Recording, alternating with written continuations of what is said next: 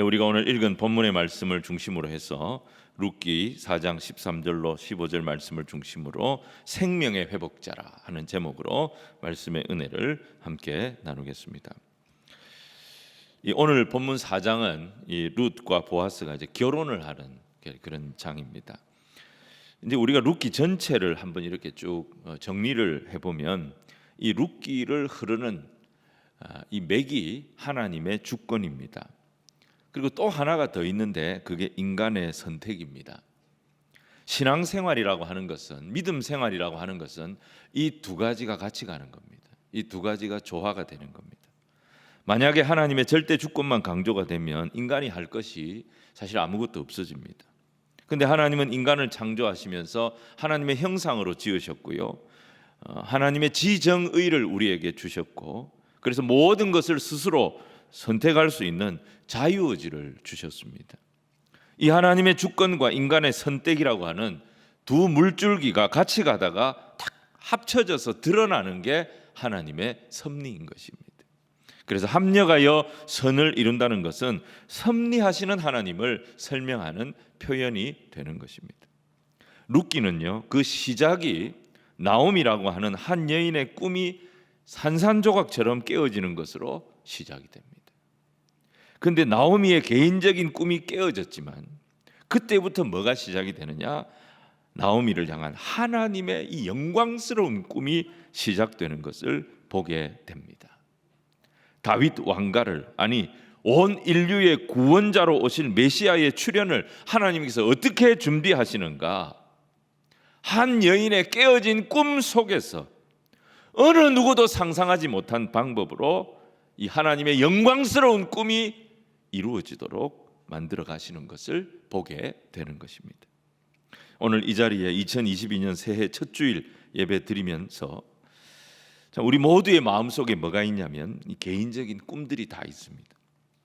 근데 나의 그 소중한 꿈이 무너질 때 우리는 내 인생이 무너지는 것처럼 그렇게 느껴질 수가 있어요.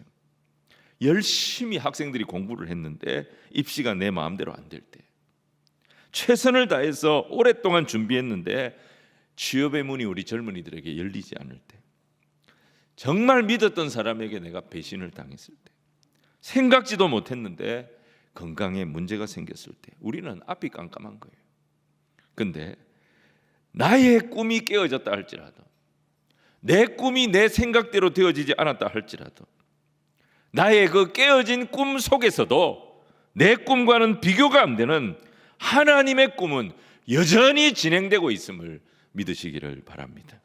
그래서 룻기가 우리에게 증거하는 게 뭐냐면 나의 고통, 나의 상처 속에서도 하나님의 토부, 하나님의 선하심은 변함이 없이 진행되고 있다는 것입니다. 하나님은 지금도 하나님의 주권과 인간의 선택을 통해서 하나님의 그 거룩한 뜻을, 영광스러운 뜻을 이루어가고 계심을 기억하시기를 바랍니다. 그러니까 우리가 생각을 잘해야 돼요. 하나님의 주권이라고 하는 이 영역은 우리가 함부로 할 수 있는 영역이 아니잖아요. 그러니까 우리 차원에서는 뭘 잘해야 되느냐? 선택을 잘해야 되는 거예요. 내가 할 수 있는 선택을 잘해야 되는 것입니다. 그래서 룻기를 보시면 룻기에는 계속 선택이 나옵니다. 1장에서는 룻이 선택을 하지요. 시어머니의 하나님을 나의 하나님으로 선택을 합니다. 2장에서는 보아스가 선택을 합니다. 겸손하고 성실한 이 룻에 내가 보호자가 되어주겠다고 선택을 합니다. 3장에 들어가면 룻이 보아스를 선택합니다. 뭐라고요? 당신이 나의 기업 물을 자가 되어주십시오. 선택합니다. 4장에서는 보아스가 룻을 선택합니다. 내가 당신을 책임지는 고엘이 되어주겠다고 선택을 하고 결혼을 선택합니다. 이런 식으로 이 두 사람의 선택이 계속 나오는 성경이 룻기입니다. 인간의 선택이 하나님의 주권 안에서 하나님의 섭리를 이루는 정말 귀한 씨앗으로 인생들의 선택이 얼마든지 쓰임받더라. 이게 룻기예요. 그러니까 오늘 우리도 말이죠, 선택을 잘 해야 되는 거예요. 어떤 선택을 해야 될까요? 믿음의 선택을 해야 되는 거예요. 자, 오늘 첫 번째로 볼 것은 보아스와 룻의 결혼입니다. 이스라엘 땅 안에서, 특별히 이 베들레헴 안에서 룻을 제일 잘 이해하는 사람이 누구겠어요? 보아스였습니다. 보아스는 근본적으로 신앙적인 사람이고 근본적으로 이타적이고 헌신적인 사람이었어요. 이방 여인인 룻을 진심으로 돕고 싶어 했습니다. 그래서 고엘과 이 계대 결혼법을 합쳐서 본인이 스스로 고엘이 되는 선택을 하려고 했던 것입니다. 그런데 여기에 문제가 생겼습니다. 이 법적인 문제가 생겼습니다. 보아스보다 혈통으로 엘리멜렉과 더 가까운 친족이 있었던 것입니다. 그런데 이 친족이라는 사람이 그렇게 희생적인 사람, 이타적인 사람이 아니었던 것입니다. 만약 여기서 일이 삐끗하면은, 뭔가 이게 이제 잘못돼 버리면은 과부 한 사람 신세를 더 망치게 만들 수도 있었던 것입니다. 그래서 보아스는 생각을 했습니다. 어떻게 하면 이 사람에게 말려들지 않고 깨끗하게 정말 룻에게 도움이 되도록 이 문제를 해결할 수 있을까? 그래서 어떻게 합니까? 보아스는 성문에서 이 친족을 기다립니다. 성문은요, 그 성의 백성들이 생업의 현장으로 나가고 들어오는 주요 통로였습니다. 그래서 시편에 뭐라 그랬어요? 여호와께서 너의 출입을 영원토록 지키시겠다고 하신 거예요. 이스라엘 백성들은 성문으로 일터로 나가고 성문을 통해서 저녁이 되면 집으로 들어오는 거예요. 그 성문은 모든 그 성의 주민들이 이동하는 통로였습니다.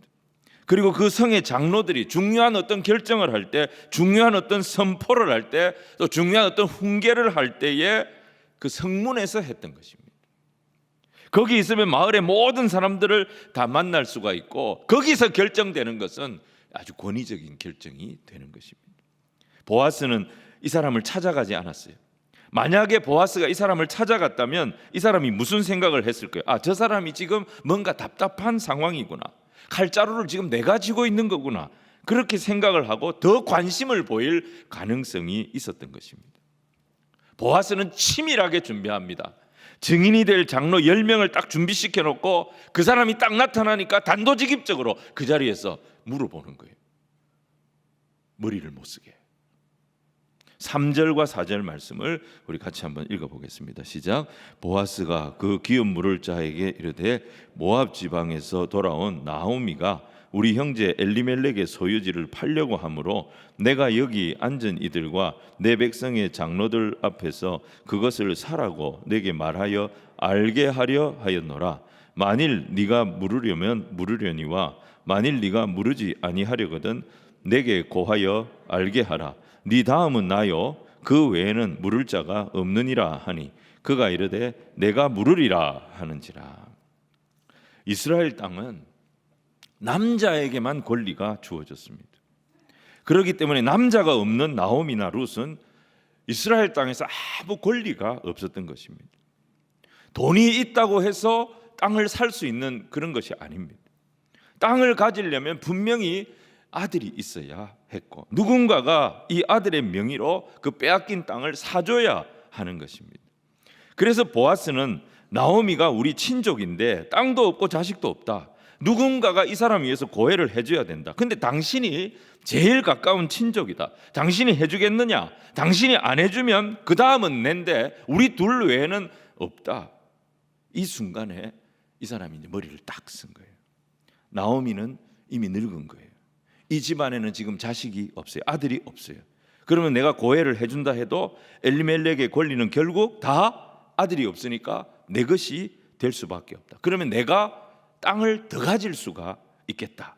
이 판단을 하고 이 사람이 어떻게 합니까? 내가 물으겠다고 수락을 한 거예요. 이 사람은 지금 나오미를 도와주려고 고해를 하겠다는 것이 아니지요. 엘리멜렉의 땅을 자기가 다 차지하겠다는 그런 욕심으로 고해를 하겠다고 나선 거예요. 그때 보아스가 또 하나의 제안을 합니다. 이게 이제 기가 막힙니다. 5절 말씀을 우리 같이 읽겠습니다. 시작. 보아스가 이르되 네가 나오미의 손에서 그 밭을 사는 날에 곧 죽은 자의 아내 모압 여인 룻에게서 사서 그 죽은 자의 기업을 그의 이름으로 세워야 할지니라 하니. 보아스가 뭐라고 했냐면은, 야 근데 그 집에 과부가 하나 더 있는 거 알고 있냐? 젊은 과부다. 고해를 신청한 거는 늙은 나오미가 신청을 한 게 아니고 이 집의 젊은 과부인 이 모압 여인 룻이 신청한 거다. 만약에 네가 고해를 해서 룻이 자식을 낳으면 너 알지? 너의 모든 권리가 이 아이에게 다 이양된다는 거 너 알지? 잘 판단해라. 이 사람이 마음이 딱 바뀌어버린 거예요. 6절에 어떻게 합니까? 같이 읽읍시다. 시작. 그 기업 물을 자가 이르되 나는 내 기업에 손해가 있을까 하여 나를 위하여 물으지 못하노라. 내가 물을 것을 네가 물으라. 나는 물으지 못하겠노라 하는지라. 이 사람이 번복을 한 거예요. 왜 번복을 했느냐? 젊은 과부가 있다는 말 때문이에요. 이 젊은 과부는 지금까지 불임이었어요. 애를 못 낳는 과부였어요. 근데 만약에 이 여인이 젊으니까 아이를 낳게 되면 어떻게 되나? 자기 재산, 자기 자손, 이 다 이제 엘리멜렉 가문의 것이 되는 거예요. 자기가 다 책임을 져야 되는 거예요. 근데 보아스는 뭐라 그럽니까? 네가 안 해? 네가 안 하면 내가 그거 해줄 거다. 이 보아스는 너무 당당하게 나오는 거예요. 이 사람이 거기서 마음이 바뀐 거예요. 만약에 애들이 태어나면 이건 100% 나한테는 손해가 되는 거다. 근데 이 보아스는 뭔데 이렇게 당당하나? 그게 괜히 말려들 것 같아. 그래서 이 사람이 룻을 향한 자기 권리를 포기하겠다고 말을 바꾼 거예요. 그래서 룻을 향한 이 보아스의 권리가 이제 살아나게 된 겁니다. 자, 7절과 8절 말씀을 우리 계속해서 읽겠습니다. 시작. 옛적 이스라엘 중에는 모든 것을 무르거나 교환하는 일을 확정하기 위하여 사람이 그의 신을 벗어 그의 이웃에게 주더니 이것이 이스라엘 중에 증명하는 전례가 된지라. 이에 그 기업 물을 자가 보아스에게 이르되 네가 너를 위하여 사라 하고 그의 신을 벗는지라. 이스라엘에는 권리를 자기가 포기할 때 신을 벗어서 자기가 이제 그 권리를 포기할 사람에게 주는 그런 풍습이 있었던 거예요. 이 사람이 그 자리에서 신발을 벗습니다. 집에 가서 한번 생각해 보겠다, 한번 계산을 해보겠다 이런 말을 하지 않고 그 자리에서 바로 신발을 벗어버리는 거예요. 왜 그랬을까요? 이거는 계산할 필요가 없는 거예요. 생각할 필요가 없는 거예요. 고해를 하는 순간, 룻의 아들이 태어나는 순간 자기가 감당해야 될 희생과 부담이 너무 크다는 게 계산할 필요도 없이 답이 딱 나오는 거예요. 이거는. 그러니까 이 사람이 그 자리에서 네가 해라, 네가 해라 하면서 신발 벗어가지고 그 자리에서 죽어 맨발로 간 거예요. 여러분, 이것만 봐도 룻을 향한 그 보아스가 희생을 치르는데 그 희생이 얼마나 큰 희생이었나 하는 것을 알 수가 있는 거예요. 보아스는 아무도 안 하려고 하는 이 희생을 다 감수하고 룻과 결혼을 한 겁니다. 여러분, 이것은 어떤 혼혼한 룻과 보아스의 러브 스토리를 설명하려고 성경이 기록한 게 아닙니다.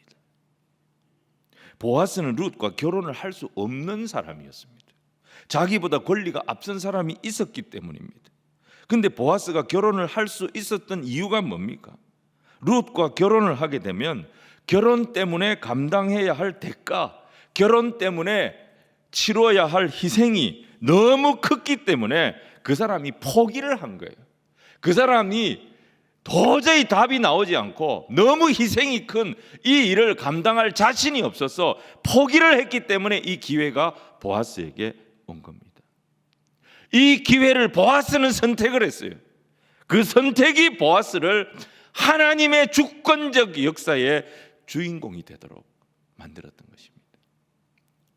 지금도 우리가 희생을 각오하기만 하면, 우리가 손해볼 각오를 하기만 하면 하나님의 역사에 참여할 수 있는 기회가 우리 주변에 얼마든지 있습니다. 여러분,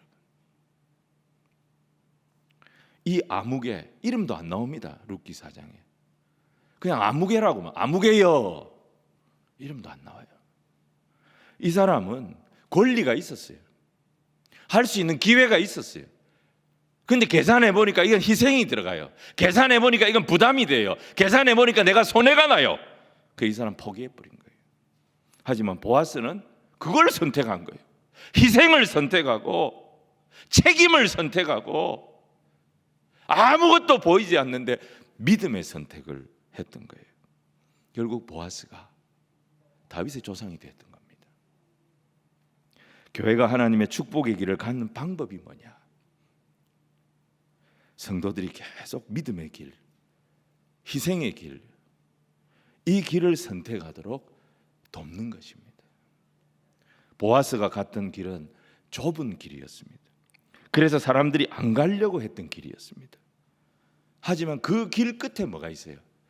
하나님의 영광이 있었고 하나님의 축복이 있었고 온 인류를 구원하는 하나님의 역사가 있었던 것입니다. 이게 십자가의 길입니다. 이게 믿음의 길이에요. 보아스가 이 길을 선택했을 때 하나님은 모든 축복의 문이 활짝 열리도록, 하나님이 준비하신 모든 은혜의 문이 활짝 열리도록 그를 통하여 하나님의 뜻이 이루어지도록 하셨다는 것입니다. 또 하나 우리가 생각할 게 뭐냐면, 보아스가 희생의 선택, 믿음의 선택을 하려고 했을 때 법적인 문제가 걸림돌이 됐다 그랬잖아요. 근데 보아스는 이 문제를 해결하는데 편법을 쓰지 않습니다. 정당하게 그 사람을 부릅니다. 많은 사람들이 보는 성문 앞에서 이 문제를 풀었습니다. 여기서 보아스가 누구냐면 예수 그리스도의 예표가 되는 인물이에요. 예수님은 우리를 돕고 싶으셨어요. 근데 율법의 제약이 가로막고 있었어요. 예수님은 이때 편법을 쓰지 않습니다. 율법대로 십자가에서 예수님이 친히 모든 책임, 모든 희생을 다 감당하시는 고엘이 되어주신 거예요. 세상 어느 누구도 하려고 하지 않는 그거를 우리 예수님이 선택하신 거예요. 이 희생을 예수님이 친히 감당하여 주심으로 우리에 대한 모든 권리는 예수님께 넘어갔고, 예수님은 약속대로 우리를 위하여 죽으셨고 우리를 위하여 부활하심으로 모든 믿는 자가 구원을 얻는 하나님의 축복의 백성이 되도록 예수 그리스도께서 우리의 고엘이 되어 주신 것입니다. 그래서 믿음의 길은 십자가의 길이고, 믿음의 길은 희생의 길이고, 믿음의 길은 책임지는 길이고, 예수님이 가셨던 그 길은 어렵고 힘들어서 아무도 가지 않으려고 하는 길인데, 그 길 끝에는 하나님의 은혜가 있고 하나님의 영광이 있다는 것입니다. 우리가 믿음으로 살려고 하면, 그래서 장애물이 많습니다, 여러분. 우리가 믿음으로 살려고 하면 불가능해 보입니다. 내 힘으로 못할 것 같습니다. 근데 하나님은 어떤 하나님이냐? 엘샤다이, 전능하신 하나님, 실수가 없으신 하나님이심을 믿으시기를 바랍니다. 모든 것이 불가능이었어요. 우리의 구원은 율법의 제약, 우리의 죄 문제, 모든 것이 불가능이셨어요. 그런데 하나님은 예수님을 보내셔서 그 불가능한 것들을 다 해결하여 주시고, 이제 세상 끝날까지 성령님을 세우셔서 우리와 함께 하시고 우리를 끝까지 책임져 주시겠다고 약속하고 계신 것입니다. 그래서 우리는 이 하나님의 선택을 믿는 거예요. 하나님의 도우심을 믿는 거예요. 그리고 우리도 이 세상을 살면서 당당하게 믿음의 선택을 하는 것입니다. 올 한 해 여러분, 우리가 선택할 때 믿음의 선택, 희생의 선택, 십자가의 길을 가기로 결단하는 그런 우리 성도들이 되기를 주님 이름으로 축원을 드립니다. 오늘 두 번째는요, 이들이 결혼하는데 베들레헴의 장로들과 백성들이 축복합니다. 11절 12절 말씀을 우리 같이 한번 읽겠습니다. 11절 12절 시작. 성문에 있는 모든 백성과 장로들이 이르되 우리가 증인이 되나니 여호와께서 네 집에 들어가는 여인으로 이스라엘의 집을 세운 라헬과 레아 두 사람과 같게 하시고 네가 에브라스에서 유력하고 베들레헴에서 유명하게 하시기를 원하며 여호와께서 이 젊은 여자로 말미암아 내게 상속자를 주사 내 집이 다말이 유다에게 낳아준 베레스의 집과 같게 하시기를 원하노라 하니라. 여러분, 하나님 보시기에 좋은 거는요, 사람이 보기에도 좋은 거예요. 하나님이 이 보아스의 선택, 룻과 보아스의 결혼을 하나님이 기뻐하시니까 이 보아스의 희생의 선택을 베들레헴 모든 사람들이 감동받고 축복했던 거예요.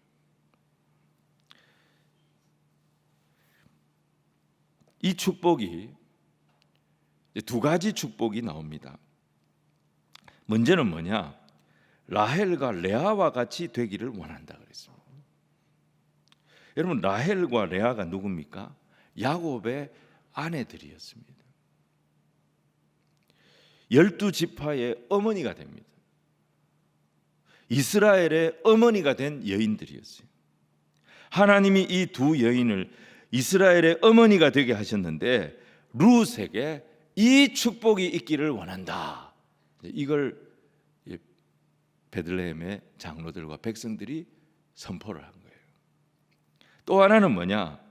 다말이 그 시아버지인 유다에게 낳아준 자식이 베레스예요. 근데 보아스의 집안이 이 베레스의 집안같이 되기를 원한다. 이 축복을 한 것입니다.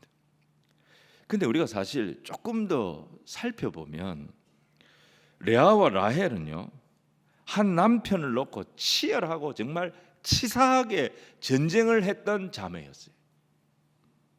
레아는 자식은 낳았지만 한평생 남편의 사랑을 받지 못해가지고 눈물로 살았던 불행한 여인이고, 라헬은 남편의 사랑은 받았지만 자식이 없어가지고 계속 자기 언니를 투기하고 질투하고, 그래서 어렵게 자식 낳다가 결국 아이 낳다가 죽는 불행한 여인이 라헬입니다.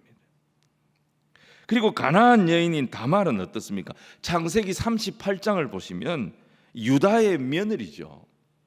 근데 시아버지인 유다가 죽은 남편을 대신해서 이제 계대 결혼, 동생을 허락을 해줘야 되는데 계대 결혼을 안 시켜주는 거예요. 자꾸 미루는 거예요. 그걸 어떻게 합니까? 이 다말이 창기로 변장을 해가지고 시아버지를 유혹합니다.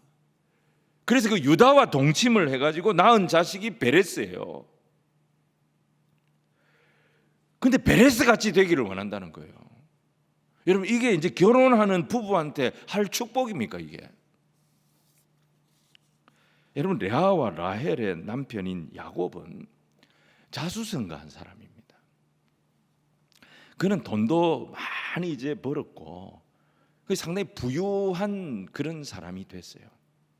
겉으로 볼 때 야곱은 아주 유복한 족장입니다. 또 어떻습니까? 혈통은 아브라함의 후손입니다. 이삭의 아들입니다. 그러니까 번듯한 혈통에 아주 명예도 있는 그런 집안이었어요. 부유하지요. 집안 좋지요. 근데 속을 들여다보면 어떻습니까? 썩은 집안이에요. 콩가루 집안이에요. 얼마나 레아와 라헬이 치열하고 치사하게 그 남편의 사랑을 놓고 싸움을 합니까? 그런데 하나님 어떻게 하십니까? 이 콩가루 집안을요, 이 썩은 집안을 이스라엘 12지파를 이루는 구원의 집안이 되도록 쓰시더라는 거예요. 정말 죄 많은 인생 속에 역사하셨어. 나 같은 자를 하나님이 받아주시고 도저히 내가 받을 수 없는 은혜를 경험하게 하시는 분이, 레아와 라헬을 볼 때마다 내가 믿는 하나님이다, 나와 함께 하시는 하나님이다, 이 하나님께 감사할 수 있는 저와 여러분이 되어야 될 줄 믿습니다. 그 다음으로 가나안 여인 다말이 나오죠. 이 다말은 룻과 비슷한 면이 많아요. 이방 여인이고 자식이 없어서 약속의 땅에 미래가 없어요. 아무 소망이 없는 그런 여인입니다. 시아버지한테도 외면당한 여인이에요. 그런데 이들이 당당하게 이스라엘의 어머니가 됩니다. 다윗의 조상이 되고 메시아의 조상이 됩니다. 이 사람들의 공통점이 뭐예요? 다말과 룻의 공통점이 뭐예요? 아무리 돌아봐도 인생에 희망이 없어요. 자기 인생에는 장애물 뿐이에요. 걸림돌 뿐이에요. 곳곳이 지뢰밭이에요. 아무도 자기를 도와주려고 하지 않아요. 근데 그 부끄러움을 무릅쓰고 하나님이 살아계시고 하나님의 약속의 말씀이 있지 않습니까? 내게 이 약속의 말씀을 허락하여 주십시오. 이 말씀을 붙잡았을 때 하나님은 이 여인들의 기도를 외면하지 아니하셨다는 겁니다. 그래서 이들이 메시아의 왕국을 여는 축복의 어머니의 반열에 이름이 올라가도록 은혜를 베풀어 주셨다는 거예요. 마태복음 19장 30절 예수님 뭐라고 하셨어요? 먼저 된 자로서 나중되고 나중된 자로서 먼저 될 자가 많다고 하셨습니다. 그러니까 우리는 나는 불행하다, 나는 아무것도 못한다, 나는 집안도 이렇다, 볼 거 아무것도 없다, 여러분 그런 소리 하면 안 됩니다. 레아와 라헬을 보십시오. 하나님 그런 거 아무것도 상관하시지 않지 않습니까? 하나님께 나오는 자는 누구든지 일으키시고 얼마든지 일으키시는 거예요. 그리고 다말과 룻을 보십시오. 중요한 것은 뭐예요? 신앙생활 오래 한 것이 중요한 것이 아니라 내 안에 하나님을 향한 순수한 열정이 있느냐, 하나님의 말씀을 향한 순전한 열정이 있느냐, 하나님 그걸 보시는 거예요. 우리 안에 순전한 열정이 살아있으면, 하나님을 사랑하는 마음이 살아있으면 하나님께서 절대 그 마음을 외면치 아니하심을 믿으시기를 바랍니다. 베들레헴의 장로들이요 보아스를 향해서 또 뭐라고 합니까? 네가 유력하고 유명한 사람이 되기를 원한다고 축복합니다. 그런데 보아스는 이미 유력하고 유명한 사람이었어요. 여러분 돈이나 지식이나 젊음이라고 하는 것은 사실 전부 다 가능성입니다. 그게 복이 아니에요. 물론 돈이 없는 것보다는 있는 게 좋지요. 지식이 없는 것보다는 머리가 좋은 게 좋지요. 젊고 건강한 것이 그렇지 못한 것보다는 분명히 좋은 겁니다. 그런데 중요한 것은 뭐냐? 그 가능성을 무엇을 위해 쓰느냐 하는 거예요. 보아스는 이미 돈이 있었고 보아스는 이미 유명한 사람이었어요. 그런데 이것은 다 보아스에게 가능성에 불과했습니다. 그런데 보아스가 그 가능성을 가지고 희생을 선택한 거예요. 바른 믿음을 선택한 거예요. 약속의 말씀을 선택한 거예요. 그때 당신이야말로 하나님이 복을 주실, 하나님의 복을 담을 수 있는 그릇이 되는 사람이라고 베들레헴의 장로들과 온 백성들이 그를 찾아와서 축복하는 인물이 됐던 거예요. 그때부터 그가 복된 사람이 되기 시작한 거예요. 보아스는 희생을 감수하고 룻을 받아들입니다. 근데 그 선택이 열매를 맺으려면 제일 중요한 게 뭐냐면 아들을 낳아야 되는 거예요. 룻에게서 자식이 태어나야 되는 거예요. 아들이 안 생기면 고해를 아무리 해줘도 이거는 소용이 없는 거예요. 과연 룻이 아들을 낳을 수 있느냐 없느냐, 이게 사실은 굉장히 관심사였어요. 그런데 하나님 어떻게 하십니까? 우리 하나님 틀림없는 하나님이세요. 자, 13절 말씀을 우리 같이 한번 보겠습니다. 시작. 이에 보아스가 룻을 맞이하여 아내로 삼고 그에게 들어갔더니 여호와께서 그에게 임신하게 하심으로 그가 아들을 낳은지라. 룻은 10년 동안 애를 못 낳는 불임의 여인이었어요. 근데 하나님께서 이 부부를 축복하니까, 이 룻의 믿음을 축복하시고 보아스의 희생적인 선택을 축복하시니까 어떤 일이 벌어집니까? 여러분 이거를 허니문 베이비라고 하는 거예요. 그날 바로 임신이 된 거예요. 10년 동안 애를 못 낳는데 하나님이 역사하시니까 하나님 이거 보여주신 거예요. 내가 보아스의 희생을 받았다. 내가 룻의 믿음을 받았다. 이들의 헌신과 이들의 믿음이 절대 헛된 믿음이 아니고 헛된 선택이 아니다. 이것을 하나님께서 입증해 주시고 증명해 주신 사건이 오벳의 출생이었다는 거예요. 자, 오늘 세 번째 여인들의 축복이 나옵니다. 14절 15절 말씀을 우리 계속해서 한번 읽겠습니다. 시작. 여인들이 나오미에게 이르되 찬송할지로다. 여호와께서 오늘 내게 기업 물을 자가 없게 하지 아니하셨도다. 이 아이의 이름이 이스라엘 중에 유명하게 되기를 원하노라. 이는 내 생명의 회복자이며 내 노년의 봉양자라. 곧 너를 사랑하며 7 아들보다 귀한 네 며느리가 낳은 자로다 하니라. 여러분, 이 사람들이, 이 여인들이, 베들레헴의 여인들이 1장에도 나왔습니다. 1장에서 이 여인들이 뭘 했습니까? 나오미가 베들레헴으로 오는 이 나오미를, 빈털터리가 돼서 오는 이 나오미를 비꼬고 흉보고 비난했던 여인들이었어요. 그런데 이 사람들이 4장에서 나오미를 축복하는 여인으로 바뀝니다. 새해에 우리가 해야 될 게 뭐냐면 여러 가지가 있겠지만 특별히 우리 기억해야 될 게 우리의 입술을 너무 흉보고 이상한 소문 내고 그런 데 쓰지 않기를 바랍니다.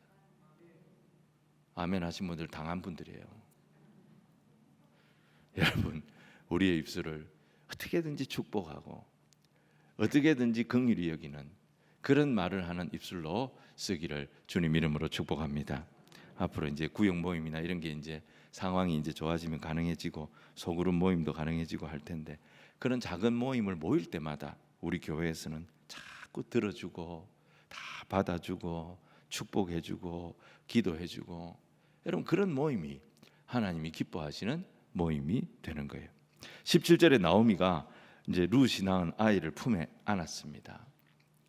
사람들이 이 아이를 보고 뭐라 그랬냐면요, 나오미가 낳은 애라 그랬습니다. 나오미는 할머니입니다. 할머니가 애를 낳았다는 말이 무슨 말입니까? 이 아이는 그냥 태어난 아이가 아니고 하나님의 언약의 아이라는 거예요. 하나님의 약속의 아이라는 거예요. 그리고 이 아이는 앞으로 나오미의 생명의 회복자가 될 것이고 노년의 봉양자가 될 것이라고 축복합니다. 자, 우리가 룻기를 시작할 때 1장에서 무슨 일이 생겼다 그랬습니까? 나오미의 모든 꿈이 다 깨어져서 나오미가 불행한 여인이 돼가지고 베들레헴으로 들어왔어요. 그런데 이 아이를 딱 얻으면서 나오미가 어떻게 됩니까? 그 잃어버린 모든 생명, 잃어버린 모든 은혜, 잃어버린 모든 축복을 다 회복하는 여인이 됐던 겁니다. 그리고 하나님은 나오미만 복 주신 것이 아니라 이 생명의 회복자로 쓰임받을 이 아이를 축복하십니다. 법적으로 이 아이는 누구의 후손입니까? 엘리멜렉의 후손이죠. 고해를 했으니까. 그런데 보아스의 아들도 됩니다. 왜냐? 룻과 보아스가 정식 결혼을 했으니까요. 그래서 이 아이는요, 엘리멜렉의 재산과 보아스의 재산을 같이 상속합니다. 율법의 복도 받고 은혜의 복도 받고 이 두 가지 하나님의 복을 더블로 받은 것입니다.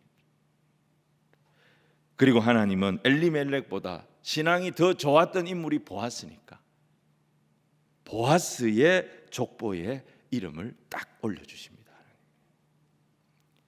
그리고 하나님은 이 여인들이 뭐라고 축복했어요? 이 아이는 앞으로 생명의 회복자가 될 거다 이렇게 축복했는데 하나님 그것도 다 듣고 있었어요. 그래서 그들의 축복대로 하십니다.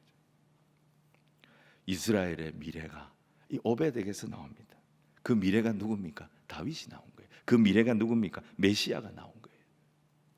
하나님은 보아스와 룻만 행복하게 사는 것으로 룻기를 끝내지 않으셨어요. 그들의 희생, 그들의 믿음의 선택, 이게 뭐가 됐다? 씨앗이 됐다. 무슨 씨앗? 이스라엘의 미래를 열고 인류의 미래를 여는 구원과 축복의 씨앗이 되도록 하나님께서 이 아이에게 세상의 복과 하늘의 복을 같이 받도록 부어 주시더라는 것입니다. 오늘 우리도 마찬가지. 우리가 지금 하는 선택이 중요합니다. 지금 하는 기도가 굉장히 중요합니다.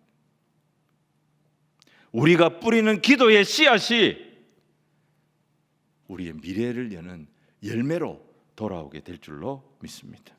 그러니까 무슨 일을 하든지 믿음으로 하는 거예요.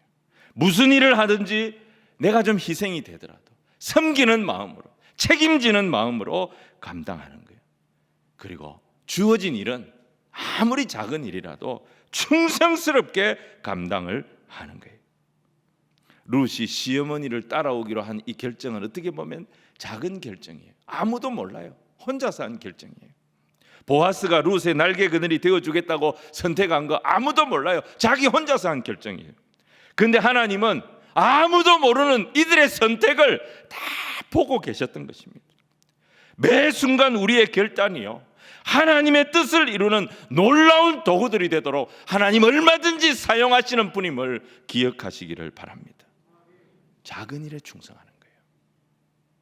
끝까지 충성하는 거예요.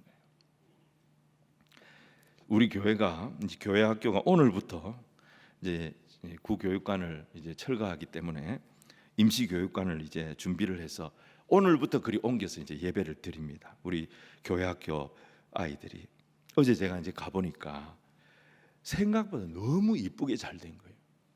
교사들이 다 너무 좋아하는 거예요. 근데 여러분, 이게 그냥 된 게 아닙니다. 이걸 위해서 몇 주 동안 희생하고 헌신하고 수고한 분들이 있었기 때문에 이게 만들어진 겁니다.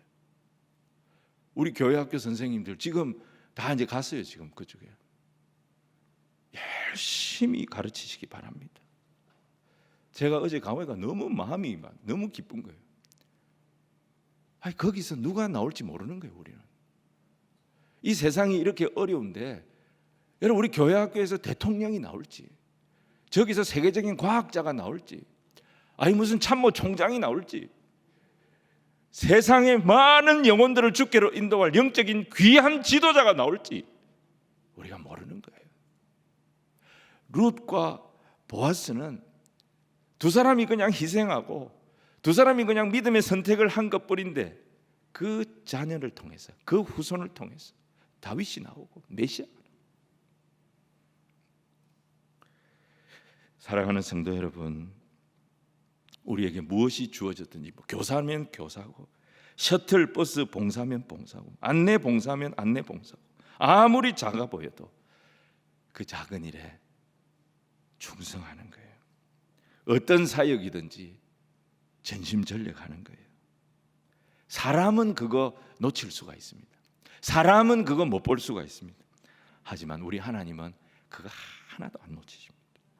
보아스와 룻의 선택을 주목하셨던 우리 하나님, 오늘 우리의 2022년의 선택을 주목하고 계십니다.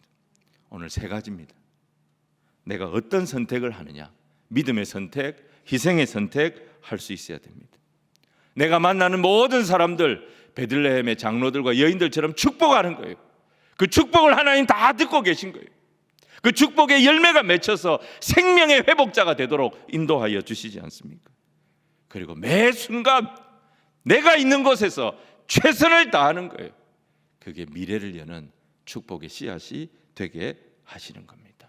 올 한 해 우리가 이 결단을 잘해서 하나님 손에 붙들려 귀하고 복되게 계속 쓰임받는 우리 울산교회 모든 성도들 다 되시기를 주님 이름으로 축원을 드립니다.